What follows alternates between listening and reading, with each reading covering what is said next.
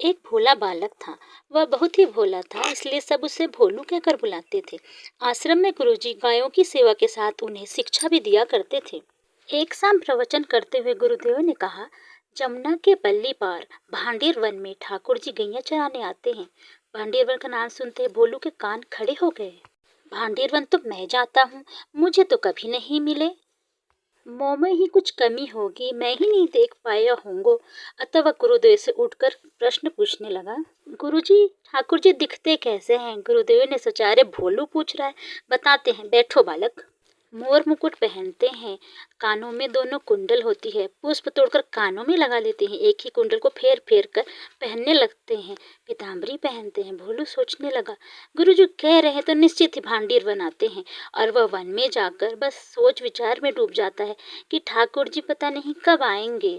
पुष्पों की माला बनाकर सोचता है ठाकुर जी को दूंगा, फिर अपने आप को ही कोसने लगता है, मुंह में ही सामर्थ्य ना है, ठाकुर जी दिख ही नहीं रहे। इतने में ही देखा कि सामने असंख्य गायों का झुंड आ रहा है और साथ में आ रहे हैं ठाकुर जी। गले में वैजंती माला, कानों में कुंडल और सिर पर मोर मुकुट। गायों के गले में गलवैया डाले श्याम सुंदर भोलू के पास चले आ रहे हैं। यह दृश्य देखकर हाथ पांव कांपने लगे भोलू के। उसे लगने लगा, मेरे पास तो ना आएंगे। ठाकुर जी भोलू के पास ही आ गए। भोलू को तो कुछ सुध ही नहीं रही, उसके हाथ पर कांपने लगे और ठाकुर जी आकर भोलू के पास बैठ गए। ठाकुर जी भोलू के गले में हाथ डालकर बोले, ए रे, तेरो नाम क्या है? जैसे ही ठाकुर जी ने भोलू का नाम पूछा, भोलू बोला, मेरा नाम मुझे याद नहीं, पर लोग मुझे प्रेम से भोलू कहते हैं। ठाकुर जी हंसने लगे, तेरा नाम भोलू है? बोले, हाँ, मेरा नाम भोलू है। आपको अच्छा लगो? ठाकुर जी बोले, हाँ, मोए अच्छो लगो। भोलू बोला, आपका नाम क्या है? ठाकुर जी ने कहा, मेरा नाम मोए को न जाने, मैं नंद नंदन हूँ। ठाकुर जी ने कहा, कुछ खाने को दे, मुझे बहुत भूख लगी है। तो भोलू ने अपनी पोटली से रोटी निकाली और उन्हें दिया और खुद मंत्रमुग्ध होकर ठाकुर जी को देखने लगा और खुद खाना ही भूल गया। और ठाकुर जी तो चप चप करके पूरी रोटी खा गए और भोलू की रोटी लेकर बोले, मुझे बहुत भूख लगी, आधी तू खा और आधी मैं खाता हूँ। और दोनों आधी आधी रोटी पाने लगे। कल ते ज्यादा रोटी ले आइयो, इसी से मैं आइयो, कल मिलूंगा तो को। ठाकुर जी अपने मार्ग पर चले गए। भोलू की खुशी का कोई ठिकाना ही नहीं था और ठाकुर जी धीरे धीरे कदम बढ़ाते हुए अपनी गायों के साथ जाने लगे और भोलू भी आश्रम चला गया।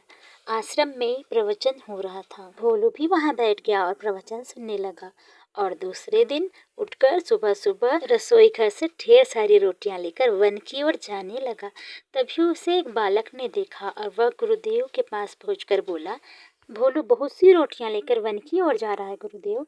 गुरुदेव ने भोलू को बुलाने के लिए कहा और गुरुदेव सोच में पड़ गए, भोलू ऐसा कभी नहीं करता, क्या बात है। गुरुदेव विचार कर ही रहे थे, तभी वहां भोलू आया। तो गुरुदेव ने पूछा, इतनी रोटियों का क्या करेगा? भोलू बोला, कल नंद नंदन आए थे, मेरी रोटी भी खा गए, मैं तो भूखा ही रह गया।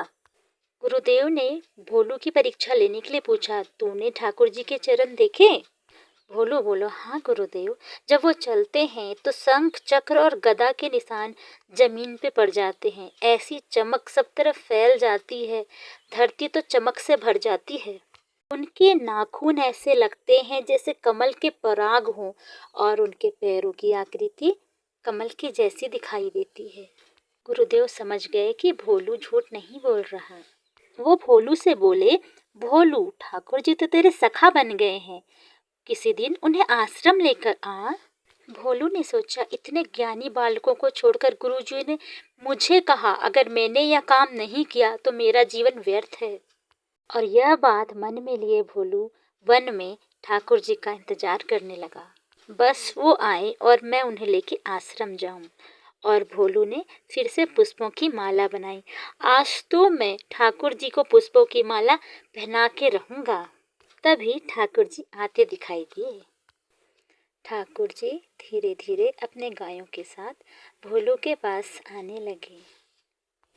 ठाकुर जी को देखकर भोलू सोच रहा है, बस जल्दी आ जाओ ठाकुर जी और चलो मेरे साथ आश्रम की ओर चलो।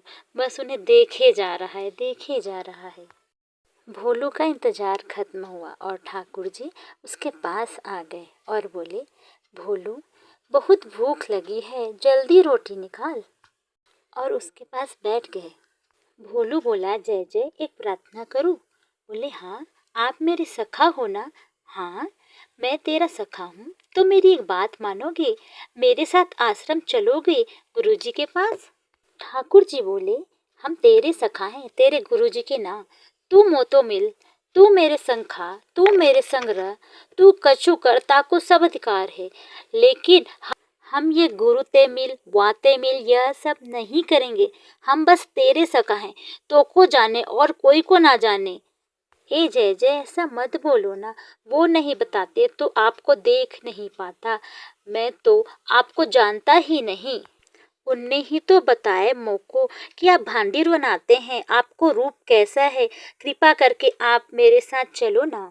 वे ही हमारी मित्रता का मूल आधार है। ठाकुर जी ने कहा, हम नहीं जाएंगे, नहीं जाएंगे, नहीं जाएंगे। भोलू ने भी गुस्से में कहा, आपको हमारे गुरुदेव से प्रेम नहीं है तो हम भी आपसे प्रेम नहीं करते। ठाकुर जी सोचने लगे, अरे भोलू तो जाने ही लगा, और वो भी दौड़कर भोलू के पास गए। भोलू ने कहा, मेरी सखा हो तो चलो। ठाकुर जी भोलू की पिद्दी पे चढ़ गए और बोले, जहाँ ले जाना है चलो। भोलू प्रसन्नता से ठाकुर जी को उठाए आश्रम की ओर बढ़ने लगा। इधर आश्रम में गुरुदेव सोच रहे थे ठाकुर जी आएंगे कि नहीं। तभी उन्हें भोलू आते दिखाई दिया और भोलू की पिद्दी पर ठाकुर जी टंगे भय आ रहे थे। गुरुदेव ने मन में भोलू को प्रणाम किया और सोचा, मैंने इतनी तपस्या की पर ठाकुर जी नहीं मिले, लेकिन वाह रे भोलू, तेरी सरलता, तेरी सहजता ने ठाकुर जी को तेरे अधीन कर दिया और यहाँ ले आए। धन्य हो भोलू।